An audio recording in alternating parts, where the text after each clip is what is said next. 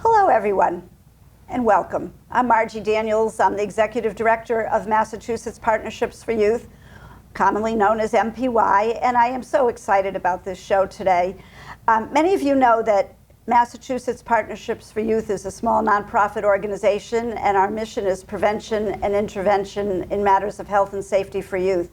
And every year we sponsor a public service announcement contest, also known as PSAs, and we're so excited to have winners here today from Seekonk High School. So it's my pleasure to introduce Tony Gigliotti, the what? I'm the media production teacher at Seekonk High School, so a little bit of everything, and some of my esteemed students along with me. I apologize that I couldn't remember the name of your position, but having been in public education myself for 33 years, not everyone has a position like that in a school district. So Seekonk's very fortunate to have someone like you in this position, and it probably speaks to why you were able to produce such a just fabulous piece of work. Well, it's really nice that Seekonk High School has this opportunity for students. Certainly, the way the world is going right now, video and media is everywhere, so we try to teach it responsibly and teach the students how to use media responsibly and produce responsible media. We have several different levels of media production at Seekonk High School, and these are some students from the top level that we have that have produced PSAs in the past.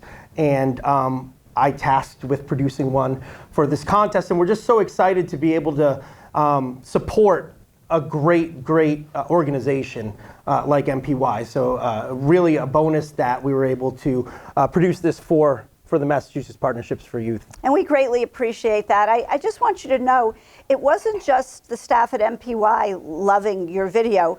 We had a multidisciplinary team of judges looking at all of the submissions, and the submissions were quite excellent this year. So the fact that you rose to the top just speaks volumes about your expertise, and we're just so proud to have you here with us. Why don't you introduce your students? Sure, yes. This is Lily Hoskins. She's a senior at Seekonk High School, and Tessa Deal, also a senior at Seekonk High School. And they were the two that kind of took it from concept all the way to what you're seeing now with the completed PSA. And I wondered if we can play the PSA now so our audience can see it before we go any further.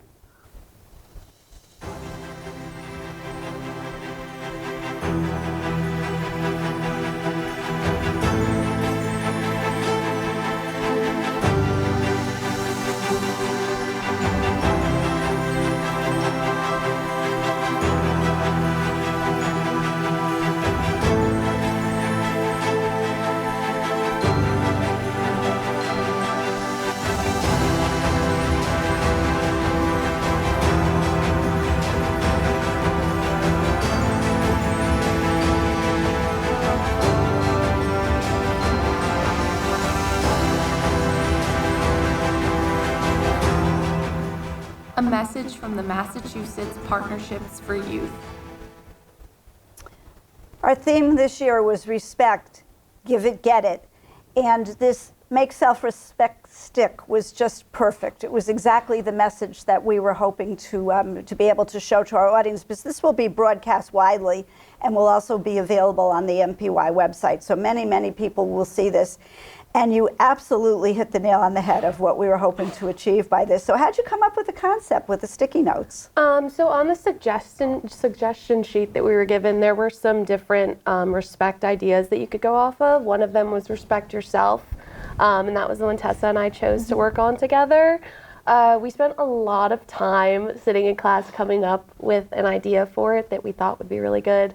And we eventually came to the idea that we wanted to use a bathroom, but we sort of couldn't, so we chose the gender-neutral bathroom in our school, and we decided to get a bunch of students a part of it. We had these sticky notes that we thought that it would be really cool for each student to sort of write their own attribute about themselves and then show how that ripple effect kind of went through the school and made a better impact on the students' days. We've been doing this contest for more than 10 years, and this is the first time that anybody ever used sticky notes. And it was so totally effective. So tell me more. So I kind of came up with like how we would shoot the whole thing. and how to like really like film it to make it look good. So like I had like the continuous shot of like still shot of like different people putting the sticky notes on and making sure that it's just like these people like going through like really getting to like know yourself and like respect yourself. And I thought that like you know, just like the bathroom was a good idea because it's something everyone goes to. It's something where it's like, imagine seeing yourself and seeing all these positive comments about yourself. And it was sort of inspired by, at least for me, my freshman year of being in the high school, someone had little anonymous notes that they would put in the bathrooms of our school that were just like, you're beautiful, you're this, you're that. And I remember taking one off the wall and I've kept it in my phone ever since. And that's something that I've looked back on and like really smiled about, just something random that someone does for other people. And so that's definitely what we wanted to do with this. I think what's visually appealing too that they came up with, and again, all the credit goes to them for sure. They chose different color, pardon me, sticky notes on purpose. You know, they wanted everybody to be able to express themselves in every way possible. So not just the message they were writing, but the color that they chose. And another kind of Easter egg in there is the finished product, the sticky notes are in the shape of a heart before they put the I respect myself sticky note in the middle of the heart. So we're very fortunate to have a very inclusive community in Seekonk, and this reflects it perfectly. And I think they did a really good job of capturing that because in a visual medium, telling the story visually is important, and that's what I try to explain to them. And it was a challenge for you guys to figure out, how do I tell this story visually about how somebody should respect themselves? And this is what they came up with, and I think it was brilliant. 60 seconds is a very short amount of time, and that is the restriction for this contest. You have to have it no more than 60 seconds. And some of them were not as succinct, or some of them did not quite capture what you tried to convey, but you did it in such a compelling manner. I can remember sitting there when we were judging it, and I could see on everybody's faces, people almost snapped to attention, like, wow, it was creative, the message was perfect, and it was just shot so beautifully. So I really congratulate you on a wonderful piece of work. So yeah, I think they're very used to time constraints. We push that a lot on them because that's how it is. And I think the cut-ins to the close-ups of what people were writing on the cards that Tessa did and when Lily edited together was really what really moved it along and gave it some cohesiveness and was able to move the message along succinctly with no dialogue. And I think that was super important as well. Yeah, I think that we wouldn't have been able to do it without, one, obviously Mr. Gugliotta, and two, the students in our school. We have a very inclusive environment at our school. We definitely pride ourselves on that. And so students were so willing to help, so willing to be a part of it and spread that message with us. great. And just, I just want to ask you a question about Seekonk, because you're one of our farthest out communities. Sure are, yeah, we were so delighted to have Seekonk as a winner. How large is your high school? So we fluctuate between 500 and 600 students typically. So it's small-ish, but we do like to offer a lot of vocational, technical, educational experiences and opportunities for the students, and not just video and television production, but we have culinary, we have robotics, computer programming, coding, I believe, and family planning, right, and child development. That's wonderful. Yeah, so for a small school, we really focus on career paths for students. And my goal as a teacher, and I know a lot of my colleagues is the same way, is to prepare them for what's next. They don't have to go into video production, but we just want to prepare them with the right mindset to be able to succeed in whatever they want to do. So it's a small school, we all know each other, but that's also what makes it very, very cohesive and very inclusive. I always call the advisor first, because I feel like you're the one who really had your hands and your feet and your heart and soul into this. But after I spoke to you, I called your superintendent. She was so excited. It was such a pleasure speaking to her. It just gave me such a warm and wonderful feeling about the Seekonk Public Schools. So I really thank you for being here today. Congratulations. I know as graduating seniors, you won't be involved again, but I hope that your program will continue to submit every year. You know, this is an annual program that we do. We also have a poster project that goes along with it. So again, this year the theme was respect, give it, get it. We haven't selected our theme for next year, but I really hope that Seekonk will again participate, because this is just fabulous. Congratulations to you all. Thank you. Thank you so much. Yeah, they set the bar high. So for my future students, I hope you can at least reach that bar, and I have no doubt that they will. I feel the same. Thank you so much for being here today. Thank you. Thank you. Thank you for having us. Hello, everyone. I'm Margie Daniels. I'm the Executive Director of Massachusetts Partnerships for Youth. We're a small nonprofit organization, and our mission is prevention and intervention in matters of health and safety for youth. Every year we host a public service announcement project, and I'm very, very happy to have some students and an advisor from Newton North. Our theme this year was respect, give it, get it, and they produced a public service announcement that is just phenomenal. So I would like to introduce the advisor, Mr. Scott Dunlop, who is the visual media arts teacher. Did I get your title right? Yeah. We call ourselves TV Media Arts. So there's a lot of different names you could use, but yeah, that works. Great. Want to tell us anything about you, your position? Sure. Yeah, I'm in my 10th year of teaching. We are in our class is actually in the career and technical education program. So in order to teach that field, you have to have industry experience. So I've used to work in Los Angeles at different production companies out there, and then moved back home to Massachusetts, and was fortunate enough to find a position teaching in the TV production program. And we've just been growing and developing it over years. I'm in my 10th year of teaching, and we offer three levels plus exploratory. So our students can actually major in our courses. So you can take it your first semester, first or second semester freshman year, and then move on to major 1, major 2, and major 3 as a senior. So it's a great position to have, because then I get to build relationships with the students and get to really know them. Yeah. And just for our audience, I am a veteran also of the Newton Public Schools. I had been there for years before I actually retired and became the Executive Director of Massachusetts Partnerships for Youth. So this is very near and dear to my heart that you have such a wonderful program. Before we go any further, let's take a look at the winning PSA.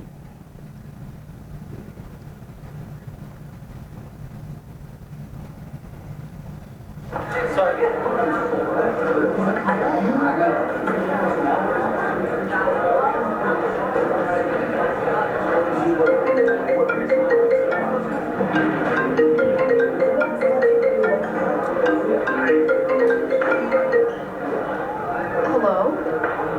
Go outside.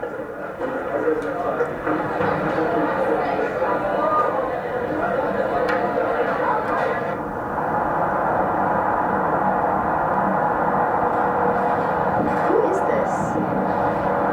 Your future self. Look around at the world. See what you're missing.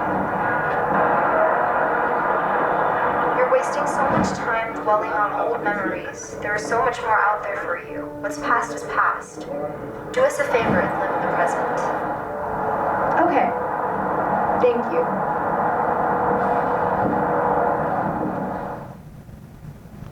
Fabulous. So respecting yourself is living in the present. So powerful. How did you come up with this? How did this all emerge? Well, I usually, when we heard from you guys that you were putting on this PSA, I introduced it to our students, and we had done a PSA earlier in the year. We typically have students individually brainstorm and then break into smaller groups that they want to work in. And then they just take it from there. Whose idea was it initially? Do we remember? I think we kind of came up with it together. Yeah. I think we wanted to do something a little bit unconventional with our PSA, because a lot of times when you think respect, you think of giving it to others, but we, very little of the time actually think about like respect and how we need to sort of cultivate that amongst ourselves as a personal value before we can give it to other people. And so working on yourself was kind of like the big message here, I would say. And then Fabulous message. Yeah. And then we just kind of came up with the idea of like your future self and what like that would be like to have a conversation with your future self and like to tell yourself in the present to stop like living in the past and like live in the present. So how did it all come about? Where was it shot? Who shot it? Shot in the Who wrote it? cafeteria. Shot in the cafeteria. We shot it in the cafeteria, and then we sort of like moved outside, and we just sort of grabbed whatever we could of people that were sort of interacting and sort of looking like they were, living their best life, and just kind of stitched that together. But obviously there was a script. There must have been a script. Yeah. Actually, a lot of it was like, I would say like impromptu. Like we came up with it on the spot, and that's like a big thing that Mr. Dunlap has kind of taught us. Like your story changes from like at the beginning when you like first write it to when you film it to when you edit it. So it definitely like evolved in those stages. Like the initial idea we had for the PSA was very different from the final product. And I think that just goes to show like the production process isn't like linear. Like, there are bumps along the way and you just kind of have to work through those. I showed this public service announcement to a group of superintendents that I met with this week, and I have to tell you that watching their reactions, they were so impressed. You really hit on something that I think resonated not only with students but with the adults too. It was really, I think, a very brilliant piece of work. Anything else you can tell us about it? Have you shown it at school at Newton North? Have you shown it to students, or? Very few students outside of our TV Media Arts program have seen it. I've shown it to the different levels. When we are lucky enough to be honored and win a PSA or anything like that, I like to show it to everybody and say, this is what we're working on in the other classes and the other levels of the class. But typically what we've done in the past is sort of, if we're lucky enough to come to an event like this, we like to hold off and see what you guys want to do and how you guys might be interested in putting it on your websites or wherever else. And then we always put it on our YouTube page. Yeah. And we have a monthly news magazine program that we typically put our best pieces throughout the entire program in. So we are done producing for this year, but I'm sure that this will be in the fall's episode. And it is up on the MPY website. Okay. It is already up. And where you're all sophomores, Yeah. I just see great things ahead. Maybe we'll Thank be you. sitting here in another year and you'll again be the winner of our public service announcement project. I think it's just to have this amount of talent at such a young age is just wonderful. So this is very exciting. I hope that when you're able to show it at Newton North that the students really appreciate the message here, because the message is very deep and profound. I agree. And if we were on the drive up here, I had said to these guys that I initially didn't get it. And watching it again, I sort of realized that the message wasn't really for me. It was for other students, that growing up in a society where cell phones are such a part of their lives, that your peers probably looked at this a lot differently than I did, which is one of the exciting things about teaching this class, because I'm always surprised by what connects with people. Yeah, and I think because we sort of made the piece to be so open-ended, because we had a script, but we kind of, when we were shooting the candid shots of people laughing and catching different interactions, it kind of, like Miria said, turned into a different direction. So I think that sort of led it to be open-ended and up into whoever's watching it, what it means to them. Because respecting yourself, by living in the present can mean staying off of your cell phone, or it could be stop wishing that you would have done X, Y, and Z in the past, because you can't change that, and to live in the present, and which I think a lot of people kick themselves because they're okay, I should have lived in the present. And I think that was just the message we were trying to say, which I think is pretty universal. I agree. And when our team of judges looked at this, they all felt that the message was for us too as adults, that we need to live in the presence more. You know, I think we're all, obviously at this point, I don't know if you want to say victims of screens or, you know, we're all. That's accurate. Yeah, I mean, it's the way of the world now, and we really need to be more present to others. I know myself, I have a big family, there's 14 of us, and when we have dinner, no one is allowed to have a cell phone at the table. If somebody gets a call, that's just going to have to wait. And, you know, I think more and more to be able to be present to the ones you're actually with is so important. And a lot of studies now questioning about how it's impacting mental health of youth. So I think what you hit on is extremely important. Anything else that anybody wants to add?